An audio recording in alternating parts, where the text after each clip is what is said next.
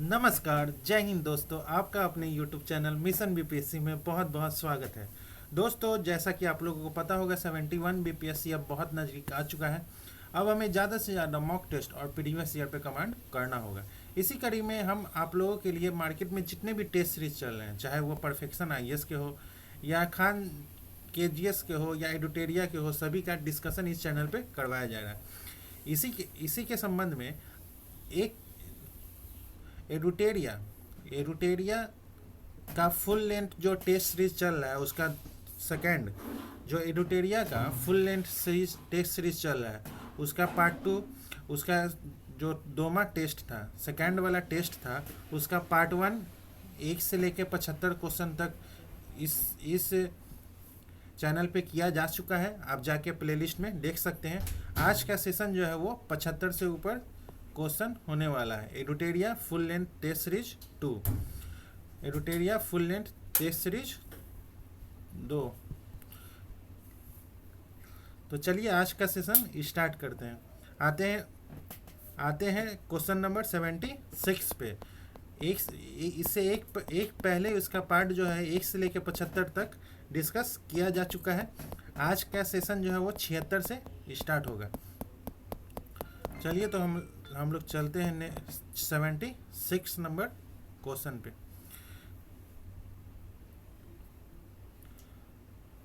पूछा गया है वेतन निधि सिद्धांत किसके द्वारा प्रतिपादित किया गया था।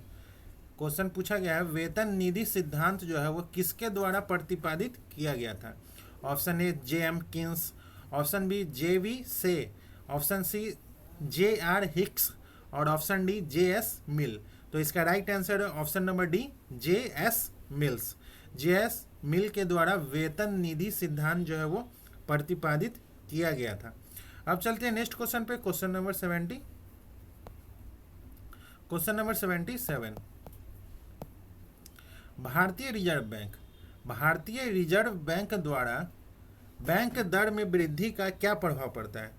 भारतीय रिजर्व बैंक द्वारा बैंक दर में वृद्धि का क्या प्रभाव पड़ेगा। पहला है मुद्रा आपूर्ति या तरलता में कमी आ जाएगी। दूसरा है मुद्रा आपूर्ति या तरलता में वृद्धि आ जाएगी। तीसरा है बैंकों की साख सृजन क्षमता में कमी आ जाएगी। चौथा जो है वो बैंकों की साख सृजन क्षमता में वृद्धि आएगी। तो इसका राइट आंसर है, इसमें से कौन सा कथन जो है वो प्रभावी होगा। तो इसका राइट आंसर है ऑप्शन नंबर बी, 1 और 3। अब चलते हैं नेक्स्ट क्वेश्चन पे। Question number 78। निम्नलिखित में से उत्पादन के 4 जो प्रमुख कारक हैं वो कौन कौन है। उत्पादन के 4 प्रमुख कारण जो है वो कौन कौन होते हैं। तो ऑप्शन ए भूमि, श्रम, पूंजी और उद्यमिता। इसका राइट आंसर है ऑप्शन नंबर ए राइट आंसर है। अब चलते हैं क्वेश्चन नंबर 79 पे।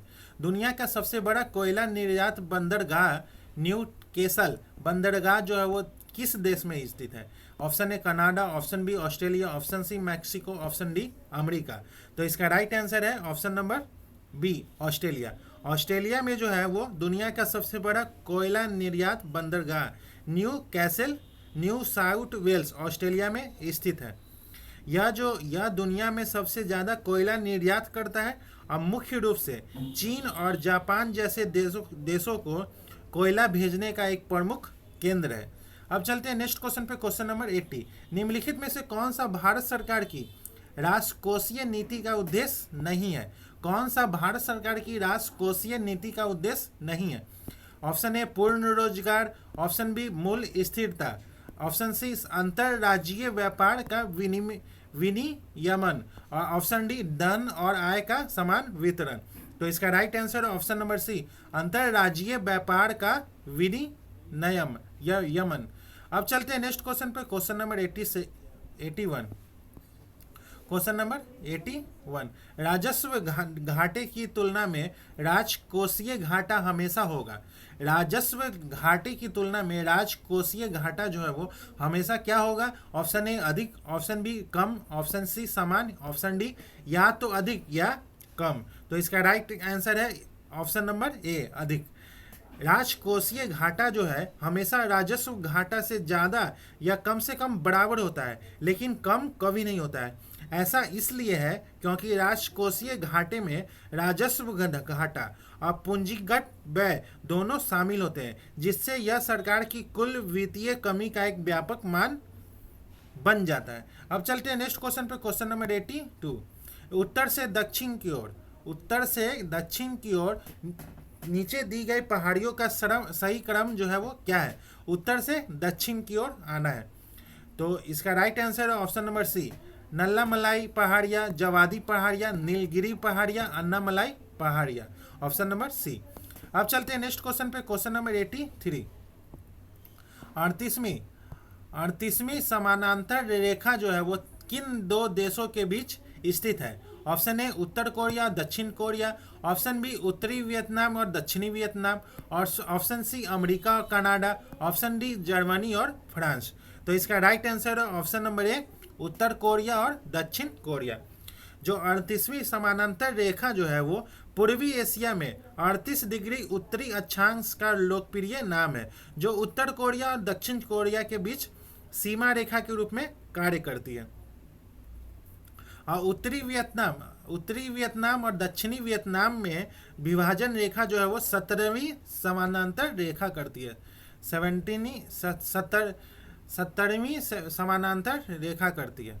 और जो अमेरिका और कनाडा यह मुख्यतः 49वीं समानांतर रेखा के द्वारा विभाजित होते हैं। और जर्मनी और फ्रांस में ऐसा कोई अक्षांश आधारित नहीं है। अब चलते हैं नेक्स्ट क्वेश्चन पे, क्वेश्चन नंबर 84। 3 जनवरी को उपसौर की घटना घटित होती है, यह क्या दर्शाता है? जो 3 जनवरी को उपसौर होता है उसमें घटना होती है वो क्या दर्शाता है? ऑप्शन ए, इस दिन पृथ्वी पर दिन और रात बराबर होते हैं। ऑप्शन बी, इस दिन पृथ्वी का सबसे ठंडा दिन होता है। ऑप्शन सी जो होता है, इस दिन पृथ्वी की सूर्य से दूरी जो है वो सबसे कम होती है। ऑप्शन डी, इस दिन पृथ्वी सूर्य से सबसे दूर होती है। तो इसका राइट आंसर है ऑप्शन नंबर सी। जो 3 जनवरी को उपसौर होता है उसमें इस दिन पृथ्वी की सूर्य से दूरी जो है वो सबसे कम होती है। उस दिन पृथ्वी से सूर्य की दूरी जो है वो सबसे कम होती है। अब चलते हैं नेक्स्ट क्वेश्चन पे, क्वेश्चन नंबर 85। भारत में सबसे बड़े भाग में किस प्रकार का वन पाया जाता है? ऑप्शन ए, उष्ण कटिबंधीय सदाबहार वन। ऑप्शन बी, उष्ण कटिबंधीय पर्णपाती वन। ऑप्शन सी, पर्वतीय one. Option D, mangrove one. तो इसका राइट आंसर है ऑप्शन नंबर सी बी, उष्ण कटिबंधीय पर्णपाती वन। भारत में सबसे बड़े भाग में उष्ण कटिबंधीय पर्णपाती वन का पाया जाता है। अब चलते हैं नेक्स्ट क्वेश्चन पे, क्वेश्चन नंबर 86। ग्रेनाइट जो है वो एक आग्नेय चट्टान है, इसका रूपांतरित रूप जो है वो क्या होता है? ऑप्शन ए शिस्ट होता है। ऑप्शन बी नीस होता है। ऑप्शन सी स्लेट होता है। ऑप्शन डी संगमरमर होता है। तो इसका राइट आंसर है ऑप्शन नंबर बी, नीस जो है वो ग्रेनाइट का रूपांतरित रूप है। अब चलते हैं नेक्स्ट क्वेश्चन पे, क्वेश्चन नंबर 87। नदियों की वह विसर्ग वाहिका जो गोखुर झील के रूप में पाई जाती है क्या कहलाती है? ऑप्शन ए चौड़। ऑप्शन बी तराई क्षेत्र। ऑप्शन सी माना। ऑप्शन डी उप तराई क्षेत्र। तो इसका राइट आंसर है ऑप्शन नंबर ए, नदियों की वह विसर्ग वाहिका जो गोकुल झील के रूप में पाई जाती है उसको चौड़ बोलते हैं। अब चलते हैं नेक्स्ट क्वेश्चन पे, क्वेश्चन नंबर 88। निम्नलिखित में से कौन सी खानाबदोश जनजाति नहीं है? निम्नलिखित में से कौन सी खानाबदोश जनजाति नहीं है? Option A Cossack. Option B Maasai. Option C लेचपा। Option D pygmy. तो इसका राइट आंसर है ऑप्शन नंबर सी, लेचपा। अब चलते हैं नेक्स्ट क्वेश्चन पे, क्वेश्चन नंबर 89। लंबी रेडियो तरंगे जो है वो पृथ्वी के वायुमंडल की किस परत से परावर्तित होती है? ऑप्शन ए क्षोभ मंडल। ऑप्शन बी समताप मंडल। ऑप्शन सी आयन मंडल। ऑप्शन डी ओजोन परत। तो इसका राइट आंसर है ऑप्शन नंबर सी, आयन मंडल। Option number C. अब चलते हैं नेक्स्ट क्वेश्चन पे, क्वेश्चन नंबर 90। परमाणु ऊर्जा संयंत्रों और उनके स्थान के बारे में कौन सा विकल्प जो है वो सही नहीं है?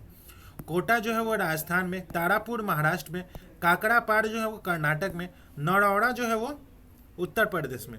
तो काकड़ापाड़ जो है वो राजस्थान के कोटा में राजस्थान परमाणु विद्युत स्टेशन जो है वो स्थित है। और तारापुर महाराष्ट्र में है, यहाँ भारत का पहला परमाणु ऊर्जा संयंत्र है।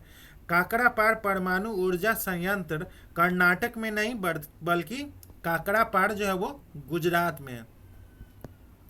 काकड़ापाड़ जो है वो गुजरात में है। तो इसका इसमें से कौन सा सही नहीं है? तो ऑप्शन नंबर सी। अब चलते हैं नेक्स्ट क्वेश्चन पे, क्वेश्चन नंबर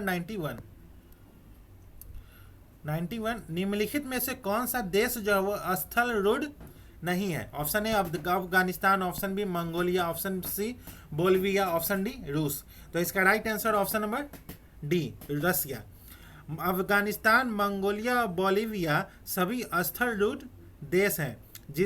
स्थल रूढ़ मतलब जी उनके पास कोई तट रेखा या महासागर नहीं होती है, उसको स्थल रूढ़ बोलते हैं। अब चलते हैं नेक्स्ट क्वेश्चन पे, क्वेश्चन नंबर सूची 1 का सूची 2 से मिलान करना है। शीतोष्ण कटिबंधीय घास का मैदान और कौन से देश में है? कैंटरबरी जो है वो न्यूजीलैंड में है, पुछताछ जो है वो हंगरी में है, और वेल्ड जो घास का मैदान है वो दक्षिण अफ्रीका में, और पंपास जो है वो अर्जेंटीना में। तो इसका राइट आंसर है ऑप्शन नंबर बी 3, 2, 4, 1। अब चलते हैं नेक्स्ट क्वेश्चन पे, question number 93। Pearl of Siberia किस झील को कहा जाता है? ऑप्शन ए बैकाल झील, ऑप्शन बी ग्रेट बियर झील, ऑप्शन सी विक्टोरिया झील, ऑप्शन डी जॉनसन झील। तो इसका राइट आंसर है ऑप्शन नंबर ए बैकाल झील। बैकाल झील को पर्ल ऑफ साइबेरिया कहा जाता है। अब चलते हैं नेक्स्ट क्वेश्चन पे, क्वेश्चन नंबर 94।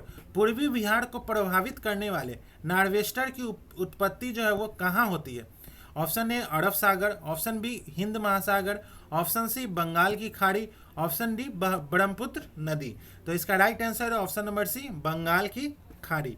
नॉर्वेस्टर जिसे स्थानीय रूप से काल बैसाखी भी कहा जाता है, उसको स्थानीय रूप से काल वैसाखी भी कहा जाता है, एक प्रकार की अचानक आने वाली तेज आंधी और बारिश होती है जो आम तौर पे ग्रीष्म ऋतु मार्च से मई महीने में आती है। इसकी उत्पत्ति जो है वो मुख्य रूप से बंगाल की खाड़ी से होती है।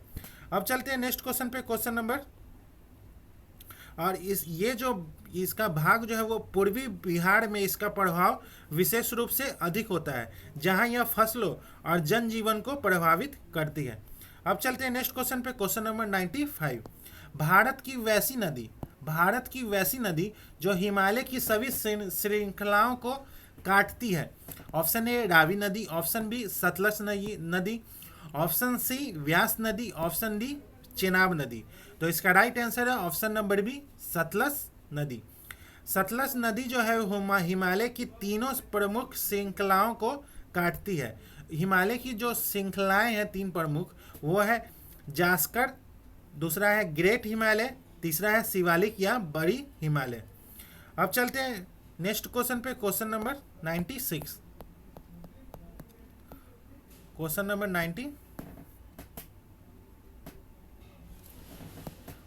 96। बिहार में अब तक कितनी बार जो है वो राष्ट्रपति शासन लग चुका है? बिहार में अब तक कितनी बार राष्ट्रपति शासन जो है वो लगा है? तो इसका राइट आंसर है ऑप्शन नंबर सी 8 बार। 1968 से अब तक बिहार में 8 बार राष्ट्रपति शासन लगा है। और वो कौन कौन वर्ष थे?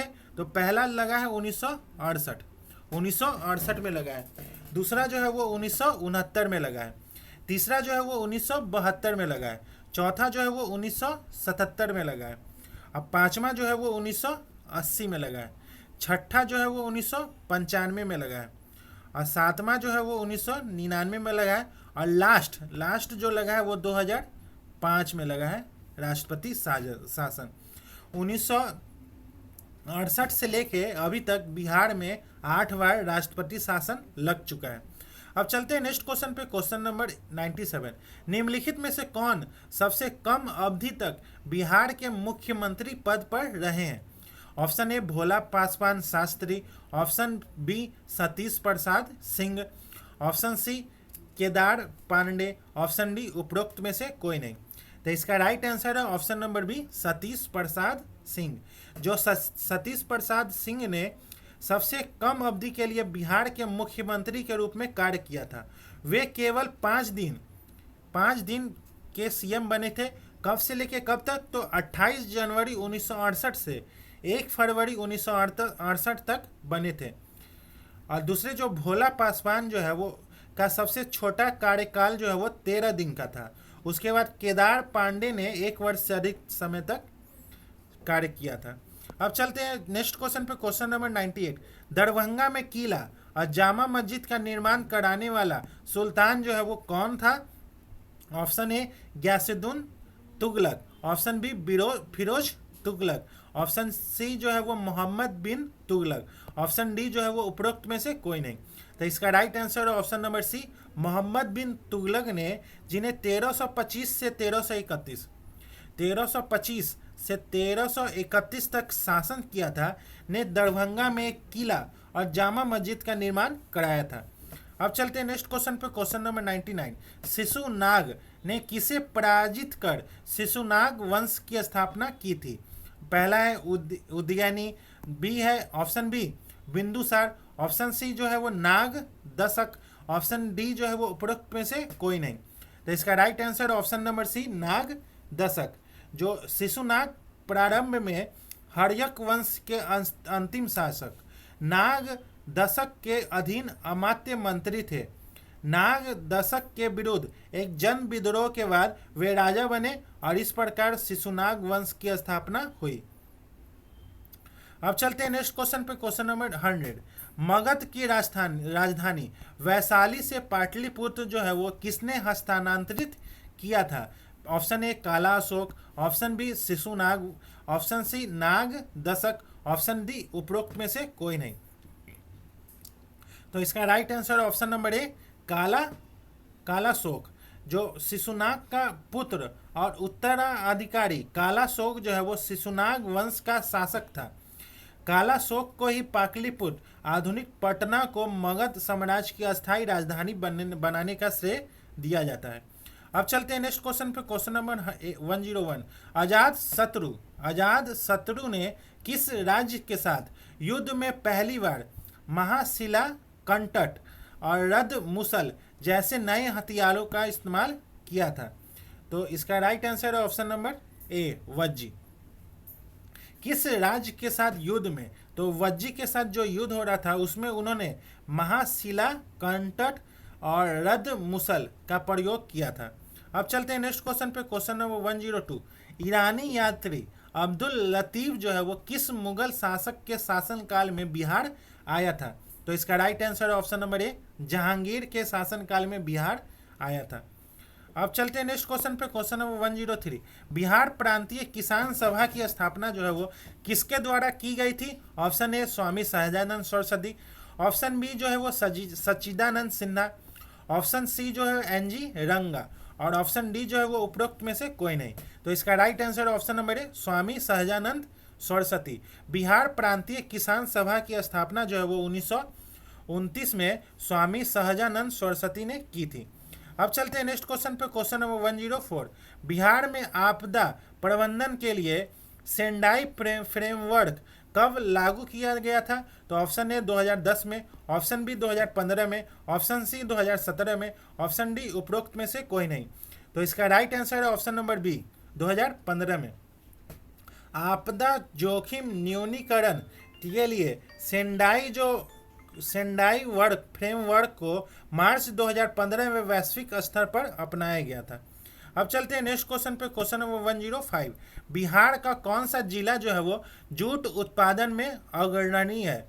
तो option A Patna, option B Katihar, option C Purnia, option D उपरोक्त में से कोई नहीं। तो इसका राइट आंसर है ऑप्शन नंबर सी। जो पूर्णिया जिला है बिहार में जूट का प्रमुख उत्पादक राज्य है। राज्य में जूट जो है वो सबसे ज़्यादा यही जिले से होते हैं। इसके बाद जो है वो पूर्णिया के बाद जो आते हैं वो दरभंगा, सहरसा और कटिहार जैसे जिले आते हैं। अब चलते हैं नेक्स्ट क्वेश्चन पे, क्वेश्चन नंबर 106। निम्नलिखित में से कौन सा जलकुंड जो है वो मुंगेर में स्थित है? इसमें से कौन सा जलकुंड जो है वो मुंगेर में स्थित है? Option A Sita Kund, option B Rameshwar Kund, option C Rishi Kund, option D उपरोक्त में से एक से अधिक। तो इसका राइट आंसर है ऑप्शन नंबर डी, उपरोक्त में एक से अधिक। सभी जो है वो सीता कुंड, ऋषि कुंड और रामेश्वर कुंड जो है वो मुंगेर जिले में स्थित है। अब चलते हैं नेक्स्ट क्वेश्चन पे, क्वेश्चन नंबर 107। जनगणना 2011 के अनुसार बिहार के किस जिले में महिला साक्षरता दर जो है वो सबसे कम है? तो इसका राइट आंसर है option number C, Saharsa. Saharsa में जो है महिला साक्षरता दर जो है वो सिर्फ 41.68% है, जो सभी जिलों से कम है। अब चलते हैं नेक्स्ट क्वेश्चन पे, क्वेश्चन नंबर 108। जो निम्नलिखित में कौन राज्य मंत्री परिषद की बैठकों की अध्यक्षता करता है? ऑप्शन ए राज्यपाल, ऑप्शन बी मुख्यमंत्री, ऑप्शन सी मुख्य सचिव, ऑप्शन डी उपरोक्त में से एक से अधिक। तो इसका राइट आंसर है option number B, option number B, मुख्यमंत्री जो है वो राज्य मंत्री परिषद की बैठकों की अध्यक्षता करता है। अब चलते हैं नेक्स्ट क्वेश्चन पे, क्वेश्चन नंबर 109। जिला परिषद अध्यक्ष अपना इस्तीफा जो है वो किसे सौंपते हैं? जिला के परिषद जो अध्यक्ष हैं वो अपना इस्तीफा जो है वो किसे सौंपते हैं? ऑप्शन ए जिला मजिस्ट्रेट को, ऑप्शन बी जो है वो जिला परिषद के उपाध्यक्ष को, ऑप्शन सी जो है वो जिला न्यायाधीश को, ऑप्शन डी जो है वो उपरोक्त में से एक से अधिक। तो इसका राइट आंसर है ऑप्शन नंबर ए, जिला मजिस्ट्रेट को। बिहार पंचायती राज अधिनियम 2006 के अनुसार अध्यक्ष जिला दंडाधिकारी को संबोधित स्वलिखित आवेदन देकर अपने पद से त्याग दे सकता है। दोस्तों, अगर आप लोगों को इस सेशन का पीडीएफ चाहिए तो आप हमारे टेलीग्राम लिंक से जुड़ सकते हैं। टेलीग्राम का लिंक जो है वो इस वीडियो के डिस्क्रिप्शन में दिया गया है। आप वहां से जाके टेलीग्राम को ज्वाइन कर ले, वहां पर आपको पीडीएफ प्रोवाइड किया जाएगा। साथ ही साथ मार्केट में जितने भी टेस्ट सीरीज चल रहे हैं सभी का डिस्कशन जो है वो इस चैनल पर करवाया जाएगा। तो अगर आप इस चैनल से पहली बार जुड़ रहे हैं तो सब्सक्राइब करना ना भूलें। यहाँ पर सभी टेस्ट सीरीज का डिस्कशन के साथ साथ पीडीएफ भी आपको प्रोवाइड किया जाएगा। आप हमारे टेलीग्राम लिंक से जुड़ सकते हैं। तो चलते हैं नेक्स्ट क्वेश्चन पे, क्वेश्चन नंबर 1110। भारत सरकार द्वारा हाल ही में लॉन्च किया गया जू बीम प्लेटफॉर्म जो है वो निम्नलिखित में से किससे संबंधित है? तो इसका राइट आंसर है option number B, anti rabies और एंटी स्नेक वेनम जैसे जूनोटिक टीकों की रियल टाइमिंग ट्रैकिंग पे से संबंधित है। अब चलते हैं नेक्स्ट क्वेश्चन पे, क्वेश्चन नंबर 111। बिहार विधानसभा का सदस्य जो है वो चुने जाने के लिए न्यूनतम आयु सीमा जो है वो कितनी है? तो इसका राइट आंसर है ऑप्शन नंबर बी, सी, 25 वर्ष। ऑप्शन नंबर सी, 25 वर्ष। अब चलते हैं नेक्स्ट क्वेश्चन पे, क्वेश्चन नंबर 112।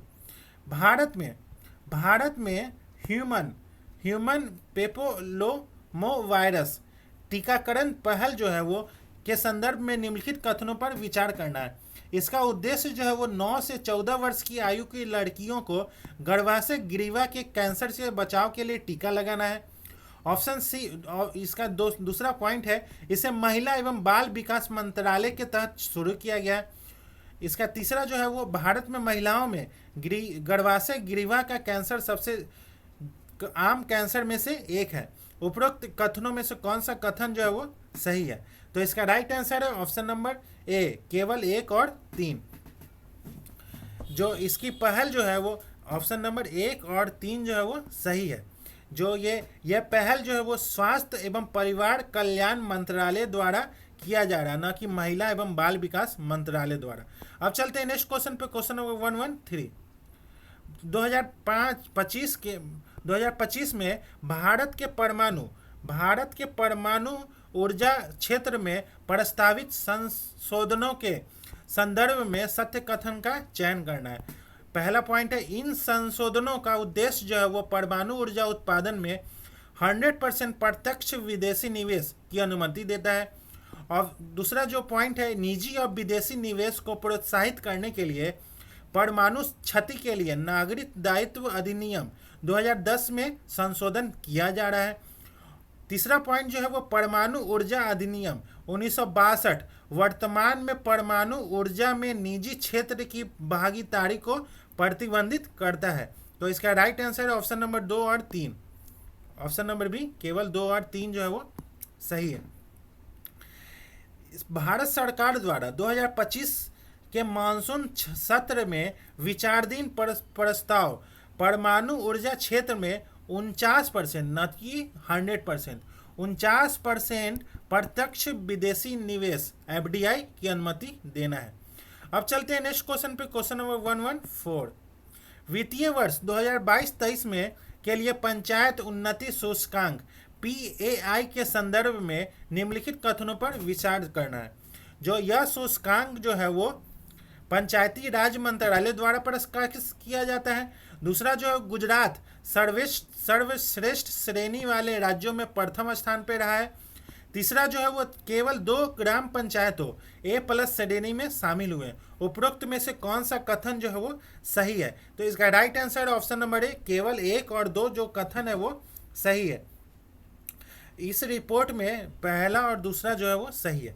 इस रिपोर्ट में स्पष्ट रूप से कहा गया है कोई भी ग्राम पंचायत जो है वो A श्रेणी के लिए शामिल नहीं हुआ है।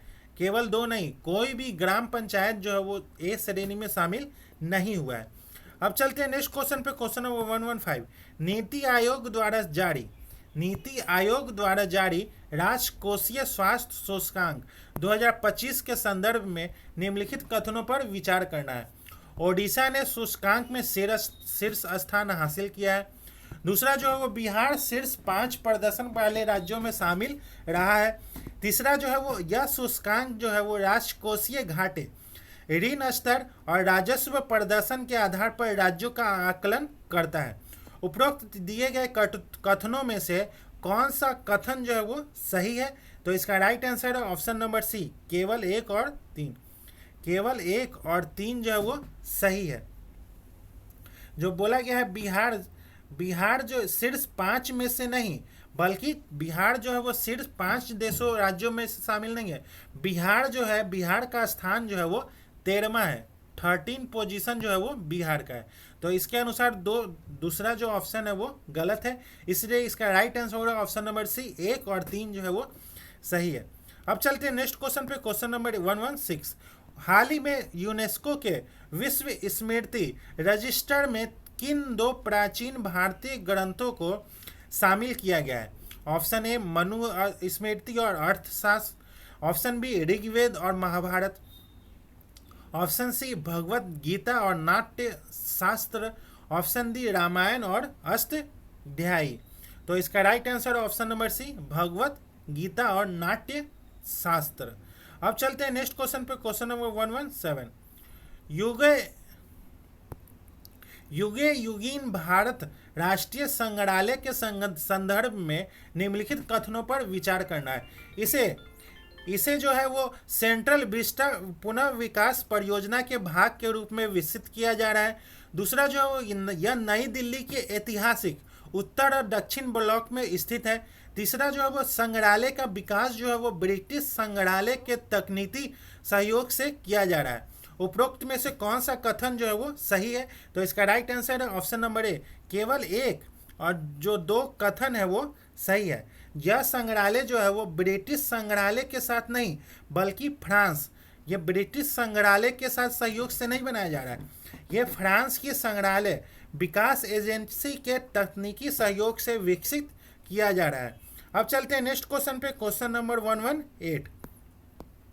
लोकसभा अध्यक्ष ओम बिरला की घोषणा के अनुसार निम्नलिखित में से किस भाषा को हाल ही में संसदीय अनुवाद सेवाओं में जोड़ा गया है? ऑप्शन पहला है बोडो, दूसरा है डोगरी, तीसरा कोंकणी, चौथा मैथिली और पांचवा उर्दू। सही विकल्प का चयन करना है। तो इसका राइट आंसर है option number B 1, 2, option number B 1, 2, 4 और 5। बोडो, डोगरी, मैथिली और उर्दू। और नई जोड़ी गई भाषा जो है वो बोडो, डोगरी, मैथिली, मणिपुरी और संस्कृत और उर्दू। मणिपुरी, संस्कृत और उर्दू। कोंकणी भाषा को नहीं जोड़ा गया। अब चलते हैं नेक्स्ट क्वेश्चन पे, क्वेश्चन नंबर 119। भारत का पहला चिड़ियाघर आधारित बायो बैंक जो जुलाई 2024 से चालू होगा, निम्नलिखित में से किस स्थान पर स्थापित किया गया है? तो इसका राइट आंसर है option number B. Option number B, Padmaja Naidu Himalayan प्राणी उद्यान, पश्चिम बंगाल। अब चलते हैं नेक्स्ट क्वेश्चन पे, क्वेश्चन नंबर 120। हाल ही में अंतर संसदीय संघ आईपीयू की 150वीं सभा निम्नलिखित में से किस देश में आयोजित की गई है? तो इसका right answer option number C, Uzbekistan. अब चलते हैं नेक्स्ट क्वेश्चन पे, क्वेश्चन नंबर 121। हाल ही में यूनेस्को ने ग्लोबल जियो पार्क नेटवर्क में 16 नए स्थल जो है वो जोड़े हैं। इसके साथ ही 2025 तक दुनिया भर में ग्लोबल जियो पार्क की कुल संख्या जो है वो कितनी हो गई है? तो इसका राइट आंसर है option number C, 229। Option number C, 229।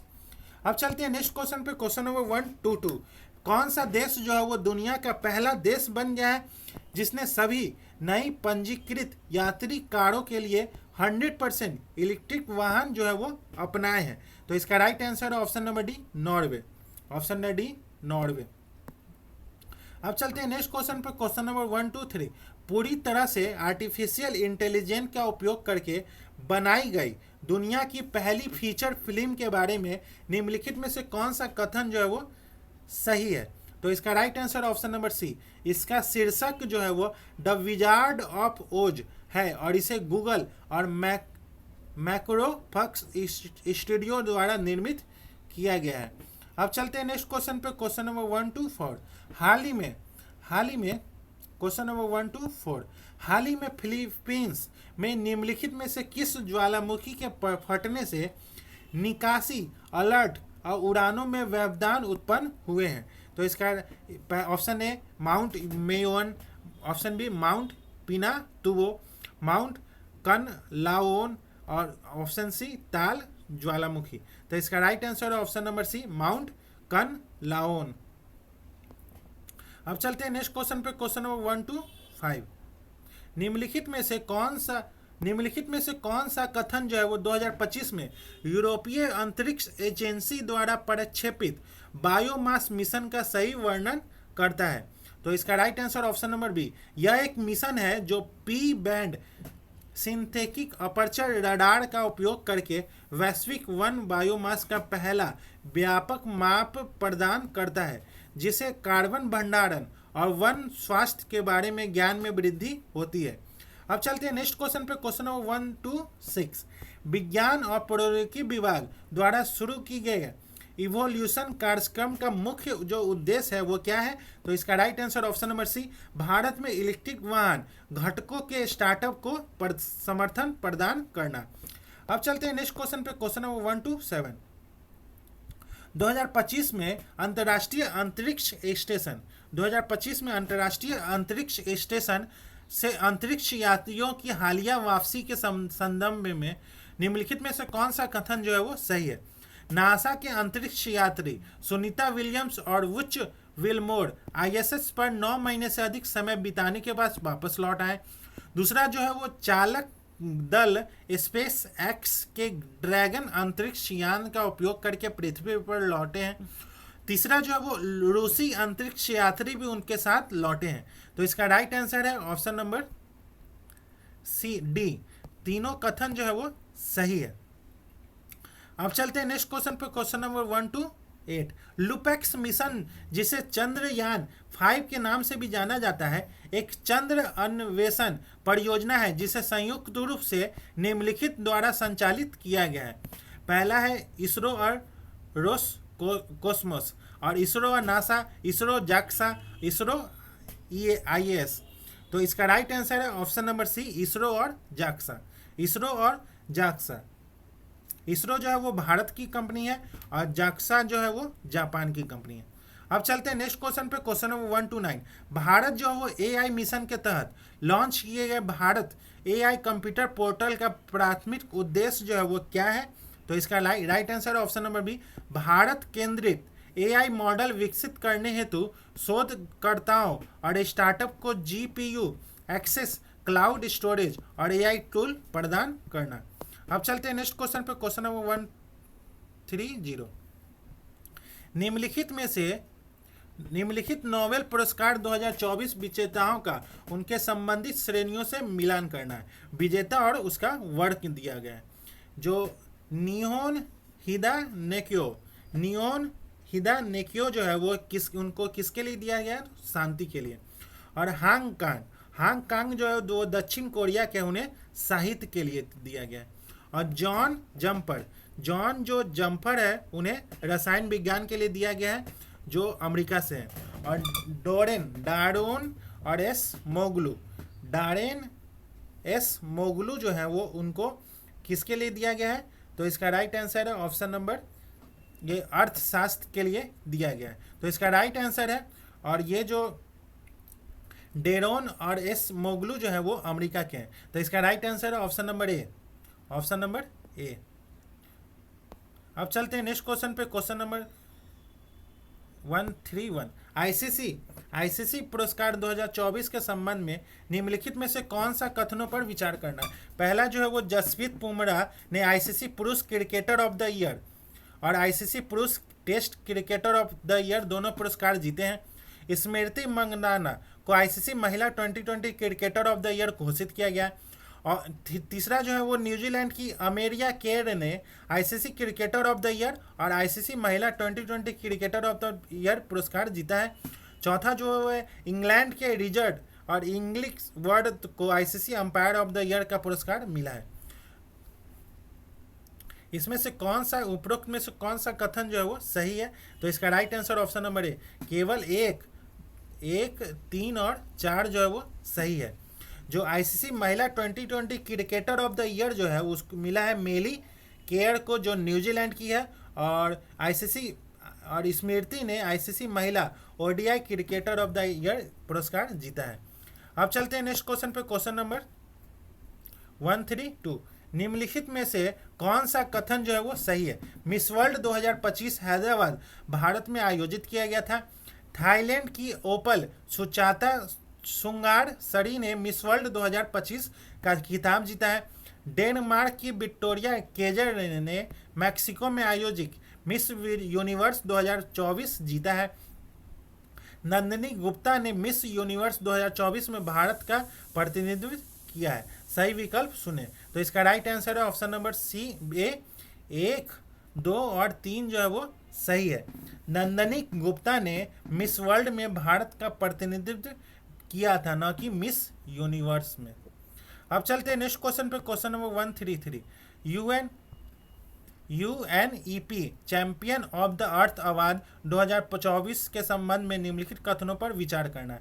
पहला है जो भारत पर्याविद माधव गॉडगिल को यूएनईपी से अर्थ लाइफटाइम अचीवमेंट अवार्ड मिला है। UNEP champion of the earth award को संयुक्त राष्ट्र द्वारा सर्वोच्च पर्यावरण सम्मान माना जाता है। उपरोक्त में से कौन सा कथन सही है? तो इसका right answer option number C, 1 और 2 दोनों कथन जो है वो सही है। चलते हैं नेक्स्ट क्वेश्चन पे, क्वेश्चन नंबर 134। भारतीय नौसेना ने हाल ही में अदन की खाड़ी में निम्नलिखित में से किस देश की रॉयल नौसेना के साथ पैचेस अभ्यास किया है? तो इसका option A France, option B Australia, option C New Zealand, option D option D Japan. तो इसका राइट आंसर है ऑप्शन नंबर सी न्यूजीलैंड। अब चलते हैं नेक्स्ट क्वेश्चन पे, क्वेश्चन नंबर 135। राष्ट्रीय खेल पुरस्कार 2024 के संबंध में निम्नलिखित कथनों पर विचार करना है। जो डी गुकेश शतरंज में अपनी उपलब्धियों के लिए मेजर ध्यानचंद खेल रत्न पुरस्कार प्राप्त करने वालों में से एक थे। 2024 में कुल 32 खिलाड़ियों को अर्जुन पुरस्कार प्रदान किया गया था, जिसमें शारीरिक रूप से सक्षम और पैरा खेल दोनों श्रेणियों के एथलीट जो है वो शामिल हुए थे। हरमनप्रीत कौर को महिला हॉकी में उनके प्रदर्शन के लिए खेल रत्न पुरस्कार दिया गया है। इनमें से कौन सा कथन सही है? तो इसका राइट आंसर ऑप्शन नंबर ए, पहला और दूसरा जो है वो सही है। हरमनप्रीत कौर जो है वो हॉकी नहीं खेलते हैं, वो क्रिकेट से रिलेटेड है। अब चलते हैं नेक्स्ट क्वेश्चन पे, क्वेश्चन नंबर 136। पद्म पुरस्कार 2025 जो पद्म पुरस्कार 2025 के संदर्भ से संबंध में निम्नलिखित कथनों पर विचार करना है। पहला जो है वो 2025 में कुल 139 पद्म पुरस्कारों की घोषणा की गई, जिनमें पद्म विभूषण, पद्म भूषण और पद्मश्री शामिल है। बिहार की प्रसिद्ध शास्त्रीय गायिका शारदा सिन्हा को मरणोपरांत पद्म भूषण पुरस्कार से सम्मानित किया गया है। तीसरा जो है वो जापान के व्यापार और उद्योग जगत की एक प्रमुख हस्ती ओसामू सुजुकी को मरणोपरांत पद्म विभूषण से सम्मानित किया गया है। तो इसका राइट आंसर है ऑप्शन नंबर सी। केवल 1 और 3 जो है वो सही है। 1 और 3 जो है वो सही है। बिहार की प्रसिद्ध लोक गायिका शारदा सिन्हा को पद्म विभूषण नहीं, मरणोपरांत प्रदान किया गया है, न कि पद्म भूषण। शारदा सिन्हा को पद्म विभूषण दिया गया है। जो 2025 में कुल 139 पुरस्कारों की घोषणा की गई, जिसमें पद्म विभूषण जो है वो 7 है और पद्म भूषण जो है वो 19 है और पद्म श्री जो है वो 113 है। और कुल 23 महिलाएं, 10 विदेशी अप्रवासी भारतीय और 13 मरणोपरांत प्राप्तकर्ता जो है वो शामिल है। अब चलते हैं नेक्स्ट क्वेश्चन पे, क्वेश्चन नंबर 136। हाल ही में कौन सा देश आर्टेमिस समझौते का 54वां हस्ताक्षरकर्ता बना है, जिसने नासा के सहयोग से शांतिपूर्ण और सतत अंतरिक्ष अन्वेषण के लिए प्रतिबद्धता जताई है। तो इसका राइट आंसर है ऑप्शन नंबर सी, बांग्लादेश। अब चलते हैं नेक्स्ट क्वेश्चन पे, क्वेश्चन नंबर 138। भारत में साहित्य पुरस्कारों के संबंध में निम्नलिखित कथनों पर विचार करना है। पहला जो है वो छत्तीसगढ़ के पहले लेखक विनोद कुमार शुक्ल को 49वें ज्ञानपीठ पुरस्कार 2024 से सम्मानित किया गया है। दूसरा जो है वो साधु भद्र दास को मलयालम भाषा में उनकी रचना रौद्र सात्विकम के लिए सरस्वती सम्मान 2024 प्रदान किया गया है। तीसरा जो है वो पुष्पा भारती को उनकी हिंदी रचना यादें के लिए व्यास सम्मान 2023 प्रदान किया गया है। तो इसमें से कौन सा कथन सही है? तो इसका right answer option number B, 1 और 3 जो है वो कथन सही है। जो सरस्वती सम्मान 2024 34वां जो है महो उपाध्याय साधु भद्रे दास को उनके संस्कृत कार्य स्वामी नारायण सिद्धांत सुधा के लिए प्रदान किया गया है, न कि मलयालम के लिए। अब चलते हैं नेक्स्ट क्वेश्चन पे, क्वेश्चन नंबर 139। 2024 में भारत सरकार द्वारा हस्ताक्षरित प्रमुख समझौते ज्ञापनों के संबंध में निम्नलिखित कथनों पर विचार करना है। भारत ने लिथियम अन्वेषण और खनन के क्षेत्र में सहयोग के लिए अर्जेंटीना के साथ एक समझौते पर हस्ताक्षर किए हैं। दूसरा जो है भारत ने गुजरात के लोथल में एक समुद्री विरासत परिषद के विकास के लिए वियतनाम के साथ एक समझौते पर हस्ताक्षर किए हैं। उपरोक्त में से कौन सा कथन जो है वो सही है? तो इसका राइट आंसर है ऑप्शन नंबर सी, 1 और 2 दोनों कथन जो है वो सही है। अब चलते हैं नेक्स्ट क्वेश्चन पे, क्वेश्चन नंबर 140। निम्नलिखित चक्रवात और प्रभावित क्षेत्र, क्वेश्चन नंबर 140। जो चक्रवात शक्ति जो है वो बंगाल की खाड़ी और भारत का पूर्वी तट, और चक्रवात दाना जो है वो ओडिशा और पश्चिम बंगाल, और टाइफून यागी जो है वो म्यांमार, लाओस और वियतनाम, और टाइफून कैथरॉन जो है वो ताइवान और फिलीपींस। तो इसका राइट क्वेश्चन नंबर 140 का राइट आंसर है ऑप्शन नंबर ए। अब चलते हैं मैथ का क्वेश्चन है, जिसमें हम आंसर बता देते हैं, आप लोग चेक कर लीजिएगा। क्वेश्चन नंबर 141 जो है वो उसका right answer option number C. Question number 142 उसका राइट आंसर है ऑप्शन नंबर डी। अब क्वेश्चन नंबर 143 इसका राइट आंसर है option number A. Question number 144 इसका राइट आंसर है option number A. Question number 145 इसका राइट आंसर है option number C. Question number 146 इसका राइट आंसर है option number B. Question number 147 इसका राइट आंसर है option number A. Question number 148 इसका right answer है ए। क्वेश्चन नंबर 149 इसका राइट आंसर है option number D, option number question number 149 इसका right answer है option number D. Question number 150 इसका right answer है, क्वेश्चन नंबर 150 इसका राइट आंसर है ऑप्शन नंबर बी। तो दोस्तों आज का सेशन यही समाप्त हुआ तो होता है, जहां आज के सेशन में एडुटेरिया फुल लेंथ टेस्ट 2 का डिस्कशन किया गया है। पार्ट 1 1 से लेके 75 तक और पार्ट 2 में 75 से लेके 150 क्वेश्चन का डिस्कशन किया गया है। तो दोस्तों अगर आपको इस सेशन का पीडीएफ चाहिए तो आप हमारे टेलीग्राम लिंक से जुड़ सकते हैं। टेलीग्राम का लिंक जो है वो इस वीडियो के डिस्क्रिप्शन में दिया गया है, आप वहाँ जाके लिंक टेलीग्राम को ज्वाइन कर लीजिए। आगे भी और भी टेस्ट सीरीज के लिए डिस्कशन के लिए आप इस चैनल से जुड़ सकते हैं। मिलते हैं नेक्स्ट सेशन में, तब तक के लिए धन्यवाद। मिलते हैं नेक्स्ट सेशन में।